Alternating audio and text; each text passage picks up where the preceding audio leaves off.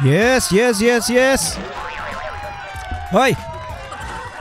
Magandang araw mga pare. Ako nga pala si Paring RJ at welcome dito sa Paring RJ TV.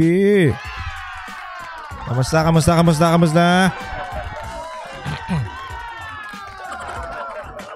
Kamusta yung mga kababayan natin na nasa ibang bansa at mga kababayan natin nandito sa Pilipinas? Okay pa ba tayo lahat dyan? Sana po okay pa kayo, lalo na yung aking mga subscribers. Pinagdadasal ko yung aking mga subscribers na maging okay, ha? Yung hindi pa nakasubscribe, ano na? Hoy, by the way, nakausap na natin, nakachat na natin si Ma'am Livian sa ating first charity work. Okay. Nakausap na natin siya, pero baka mamaya tawagan natin siya para sa mga details natin, okay ha? Para may schedule na natin pagpunta sa kanya dahil sobrang busy natin. Pasensya na po talaga, ha? Pasensya na. Kaya minsan hindi nga ako nakakapag video, di ba? Oh, pasensya na po kayo, ha? Alam ko naman na inaabangan niyo ako. Kala mo talaga no? Hindi, yung mga tropa ko, alam ko naman, mga subscriber na mga pare natin dyan, alam ko naman na inaabangan nyo. Uy, ba't may langaw? Langaw ba yung lamok?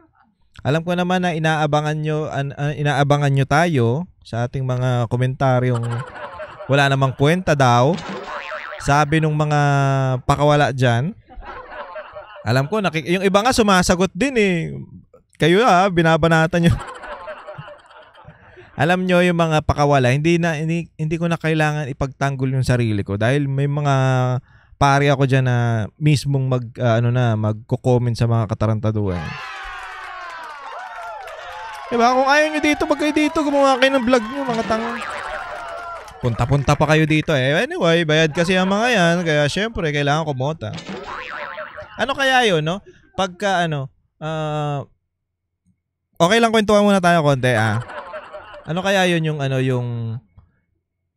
i-chat ka ay magko-comment siya doon sa isang video ng halimbawa for example Banateros, tapos contrast doon sa Banateros o kontra doon sa sinasabing video, tapos iaano kaya nila yan, parang i-send kaya nila yung screenshot doon sa sa boss nila. Wait lang, ayusin ko lang tong ating camera. Yan. So isa-send kaya nila yun doon, parang ito po, meron akong binanata Tapos tsaka sila bibigyan. Parang ganun kaya yun. Sa palagay nyo? Depende sa depende sa vlogger, no. Halimbawa, ang Banateros, 6 kasi kami. So magkano kaya ang bawat kontra mo dun sa tig-iisang Banateros? So, total na yun. Pag nabanatan mo yung 6 na Banateros, isend mo sa akin yung screenshot tapos babayaran kita. Parang ganun ba yun? Di ko alam Naisip ko lang yun. Baka ganun yun. Kasi syempre, ang dami nila eh. Tapos yung sinasabi, wala naman dun sa sa komento natin. Para lang makasira, wala kang kwenta. O di okay, wala kang kwenta. Ano naman? Init ng ulo, no? Oy, banatan ko lang yung mga mga buwisit na, alam nyo kasi itong mga motorista natin sa kalsada, din naman. Hindi lang naman yung mga tricycle driver, jeepney driver, hindi rin, pati mga nakamotor. Halos lahat naman, pero hindi naman lahat pasaway. Kayo, malalaman mo yung mga matatapang, yung pa yung mga walang pera. Hindi ko naman kayo minamaliit pero kayo pa yung matatapang eh. Wala na nga kayong pera kasi medyo syempre pag aangasan ka pa nila, iling-iling pa ng mga ganun. Kayo pa yung maaangas, sila pa yung maaangas pag dikit pa ng dikit, kala mo may pambayad eh. Alam nyo, ibase nyo yung mga angas ninyo o yung mga tapang ninyo sa pambayad nyo. Kung wala kayong pambayad, huwag kayong masyadong maangas. Dikit kayo ng dikit sa mga sasakyan, tapos pag nasagi nyo, kamot ulo kayo, ay pasensya na sir. Tapos sasabihin, ikaw kasi, ay ayaw mong magbigay eh. Tanga ka ba?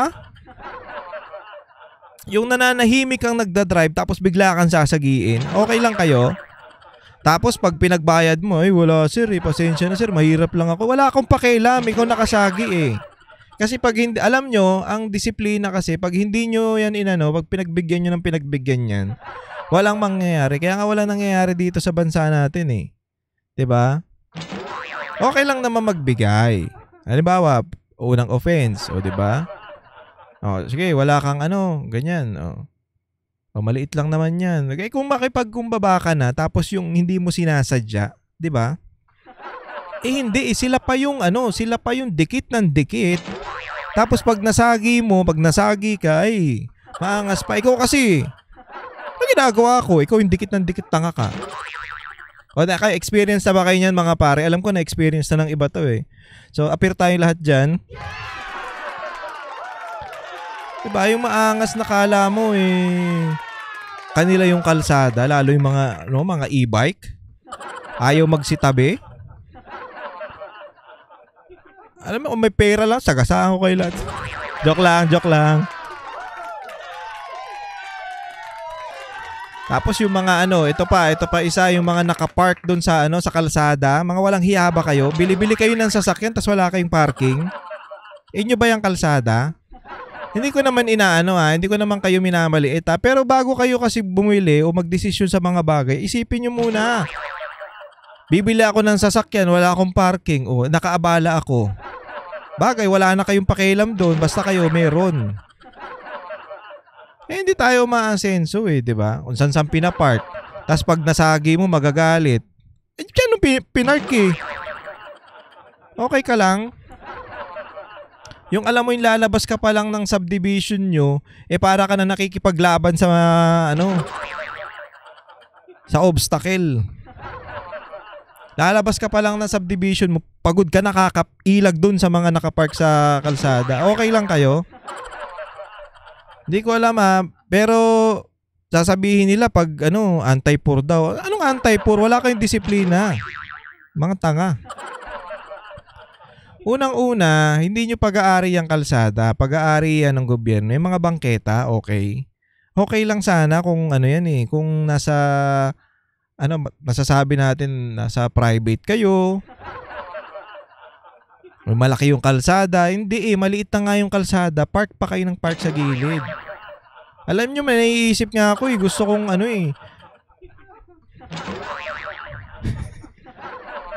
Hindi, masama itong naiisip ko pero naiisip ko lang naman.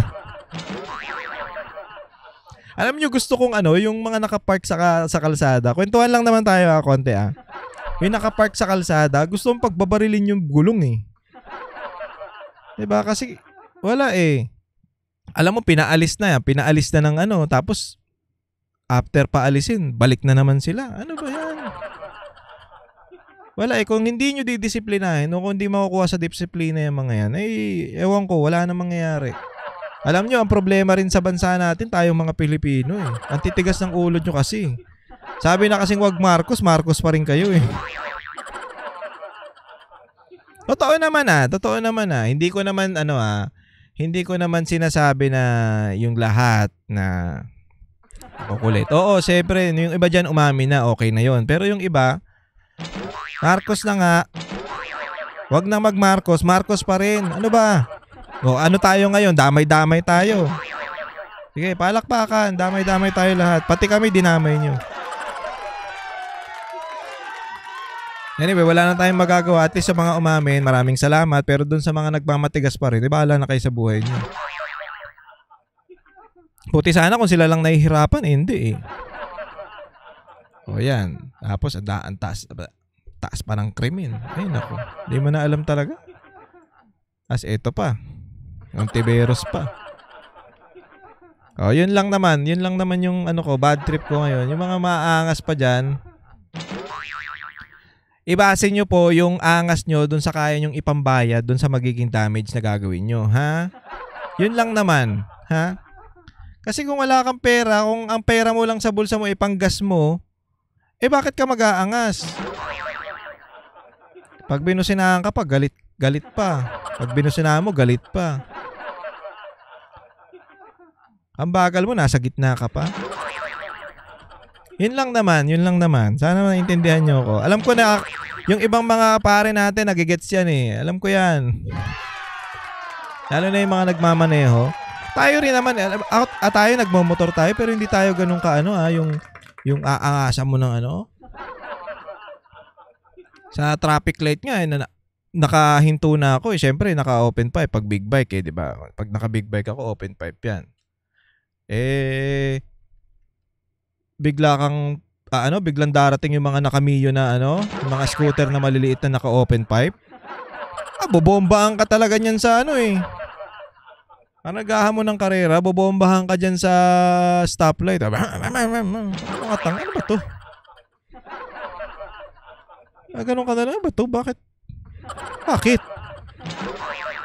At mo ko binobombahan, ano ka ba? Tapos pag go na yan, wala na, birit na talaga yan. Uunahan ka talaga at uunahan. Pag minsan pinapatulang ko yung mga iniiwan ko talaga eh. Aso, isip ko, para saan ba? Anyway, hanggang dito na lang po ang ating video. Joke lang. Ayun naman. Hoy, bago tayo mag-umpisa, eto nga pala. Nakita nyo ba to? Oh. Ayun yung ating analytics na not subscribe, 74.7%. Subscribe, 25.3%. Ano to? Ha? Ano to? Ang daming hindi nakasubscribe. Subscribe please lang. Ang daming hindi nakasubscribe pero may mga nanonood. Ano to? So sa 3,000 natin na nanonood, for example, ang nakasubscribe lang doon parang 5,000. Ay, ano lang? 500? Ay, pasensya na, hindi ako magaling sa math eh. So, ganun lang? Ganun lang to? Ay, bahala na tayo dyan. Subscribe muna kayo ha. Subscribe muna para masaya tayong lahat. Okay ba yun? Okay ba? Kailangan tumaas na yan ha. Paano naman tayo magtutuloy-tuloy sa charity work natin kung hindi kayo nakasubscribe? At by the way nga pala, speaking of charity work, thank you nga pala kay Marliza Domingo dahil nagpakulay siya. Maraming salamat po, madam. Dapat ang tularan. Dapat pamarisan yan si Ma'am Marliza. Okay? Hindi, yung mga natatanggap natin, especially dito sa... Hindi pa ako kumikita Huwag kayong yung kikitain natin dito sa ating vlog, tinutulong din natin yan. Ha? Yeah, simpleng support lang. Subscribe, share, di ba? Like, ganun. Tapos kung may extra, ganun. Huwag kayong huwag kayong tatanggap magbibigay ng pera dun sa mga magchat-chat sa inyo o magbe-message sa inyo na kailangan ni paring RJ ng ganito. Walang ganun Kung gusto nyo tumulong yan, super chat, share, like, subscribe, ganun lang, ha? Huwag yung baka mamaya may mga sa inyo ng pera. Si kailangan ng tulong si paring RJ para dun sa charity work na gagawin natin. Send ka sa akin ng pera. Wag alang ganun ha. Bahala kayo pag kayo nagpalo ko sa mga yan. Wala Tandaan nyo, hindi tayo manghihingi ng pera patungkol dyan sa charity work natin. Okay? Umpisa na natin to. Napatagal na tayo sa kwentuhan eh. Okay? Ito. Sumagot si alias Rene. Ako po si Michael Maurilio, si alias Rene. Una po sa lahat, hindi po ako binayaran, pinilit, tinakot, or kinidnap. Hindi, tsaka kung isipin nyo yung itsura nito ni alias Rene, kung tinakot siya, nanginginig yan magsalita o parang alangan o parang kabado, ganun. Wala, relax naman siya Ang kingdom o ang kampo ni Pastor Apollo C. Kibuloy. Wala pong katotohanan yung mga claims ni Senador Risa sa kanyang press con. Wala po ako sa pader ng Kingdom. 2019 pa po ako huling nakapunta ng Glory Mountain. Okay, yon. So, ibig sabihin, yung mga chat ni alias Rene o yung mga email ni alias Rene doon sa, I think, email to ni ni Hontiveros, parang setup, ganon. Parang palagay ko lang naman. Hindi ko naman sinasabi na, di naman natin sinasabi na lahat ng sinasabi nito ni alias Rene totoo, okay? Tinitignan lang natin yung mga anggulo na sinasabi ni Risa Hontiveros na sinungaling daw, na 2021 pa daw siya nandun sa Glory Mountain, ganyan-ganyan. 2019 pa daw siya wala doon. So, ewan ko sa inyo kung kanino kayo maniniwala, wala na po ako dyan. Pero ito, pinapakita natin na ito daw si alias Rene at sinabi niya na wala daw katotohanan yung sinasabi ni Senator Risa Hontiveros. So, hindi niya pinaliwanag dito kung may yung mga email na sinabi ni Risa na nag-send daw siya, na lumalapit daw siya, ganyan-ganyan. Hindi niya ipinaliwanag. Pero, may lumabas na siyang statement patungkol dyan nung una kasi sinabi niya na nag-chat nga siya patungkol sa kay Pastor na hindi naman niya ginagawa yon, tapos pinaulit sa kanya na i-chat daw ulit. Tapos binigyan siya ng script, etong sasabihin mo. Tapos para lumabas na mukhang siya ang siguro siya ang nagsulat yung patungkol dun sa binabasa niya, kailangan mag-chat ka sa amin ng ganito na kunyari, ako nagsulat nito para kunyari, kasi hindi mo mapigilan maiyak, ganyan-ganyan. Yun. Simple lang kung iisipin mo Ito lamang ay pamamaraan ni Senador Risa upang ako ay makuha ulit at patahimikin. Ayun.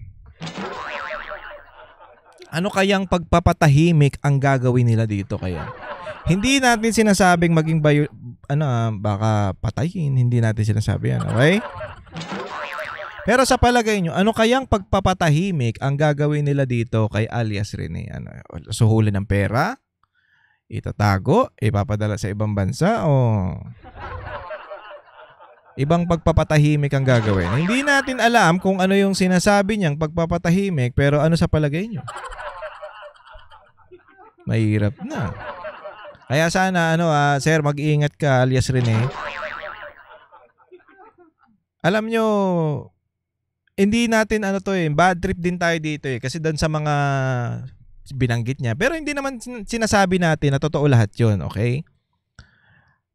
Kung magiging totoo yung sinabi niya na talagang tumistigo siya kay Pastor, labang kay Pastor at nagpabayad, bad trip talaga yung para sa atin. Bad trip yun.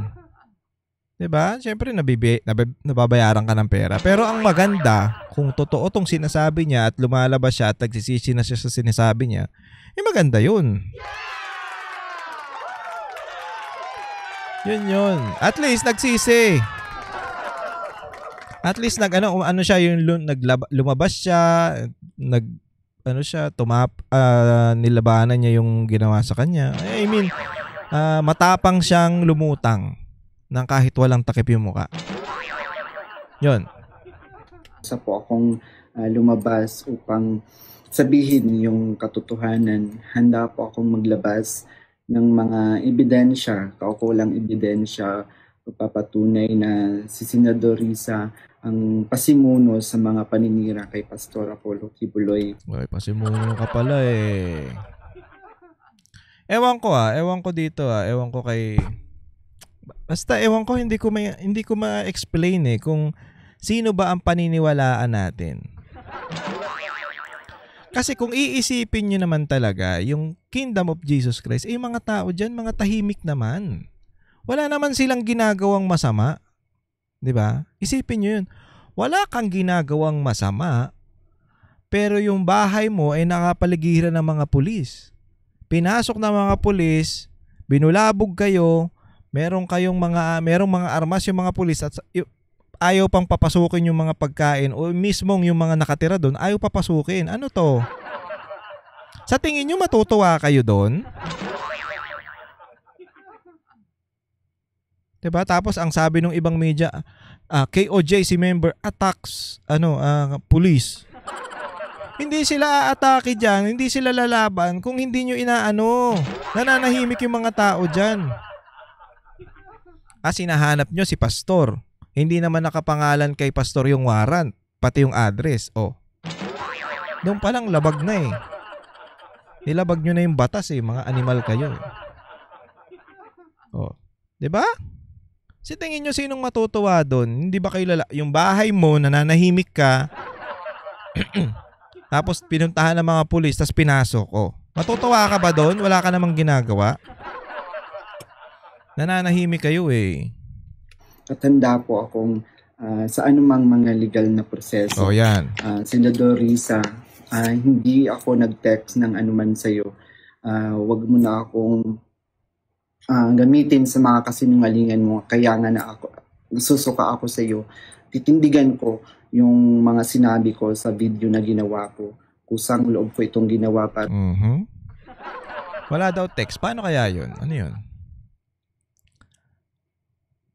Pwedeng, ito naisip ko lang naman, pwede sigurong gumawa sila ng paraan o gumawa sila ng diskarte para magmukhang siya yung siya yung nag-text nun o nag-chat nun. Pwede, no? Paano kaya yun? Matalino rin yung kampo ni no? Yung Tiberos, no? Kung totoo yun, Kung totoo yun. Kasi, advance sila mag-isip eh. Alam nila na pwedeng isa sa mga testigo nila kumanta. Kaya in advance na nila yung mga pwedeng mangyari na, kailangan natin to gawin para lumabas na ganito. Anyway, hindi pa naman natin to pinapaniwalaan si alias Rene ng full force. Sabihin natin talagang tayo yung 100% tayo naniniwala sa kanya. Anyway, may naman, may korte naman. Sana yung korte maging maayos. Tsaka, ang nagsabi nito na hindi na to bago. Pagdating kay Risa Ontiveros, yung mga ganyan tanim witness, si Attorney Topacio.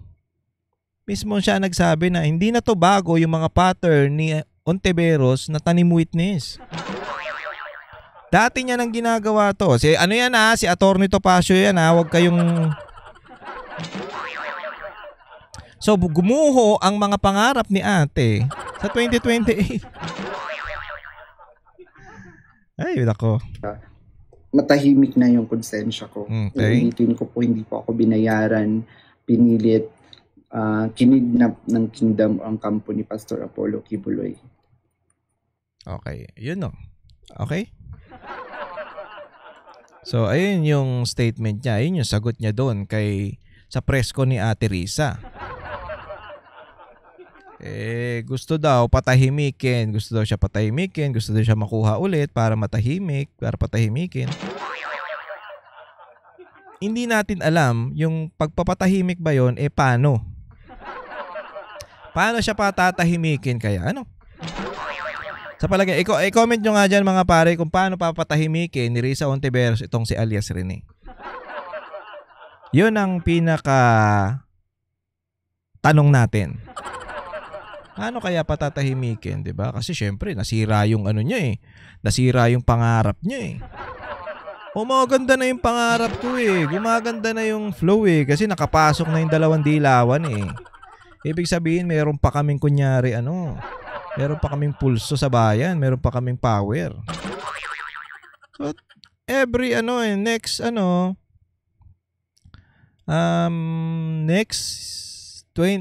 presidential election may pag-asa na ako. Sabagay, dismayado siya kasi yung impeachment ni BP Sara hindi matutuloy.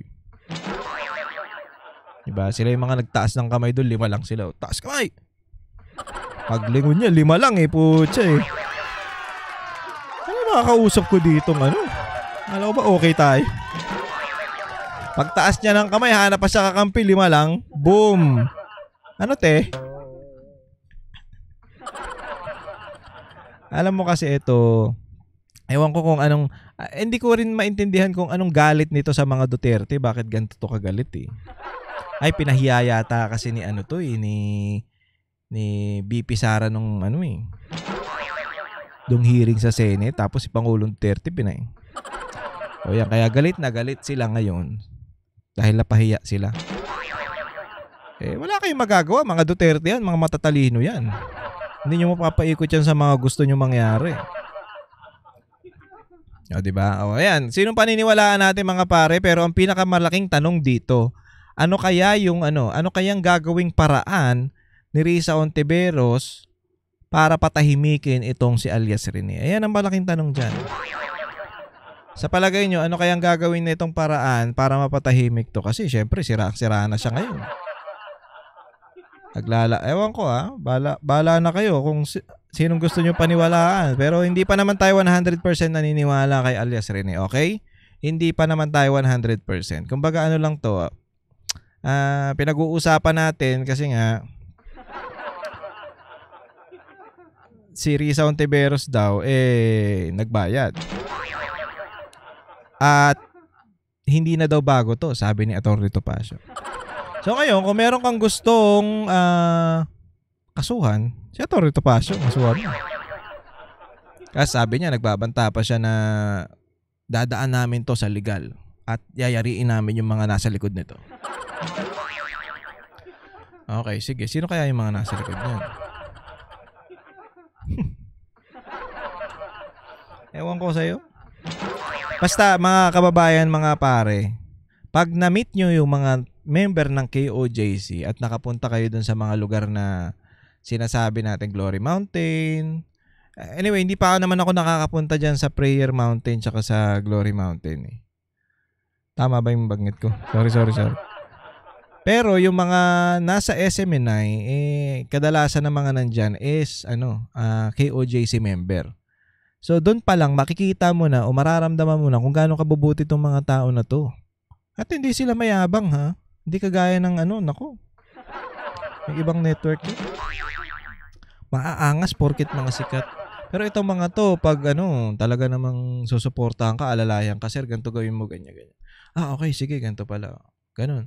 Sir, pag nag-request ka, sir, pwede bang palakihan yung o pwede bang ganito, sir, pwede bang ganito, pwede ba nating ibalita to, sir? Pwede ba?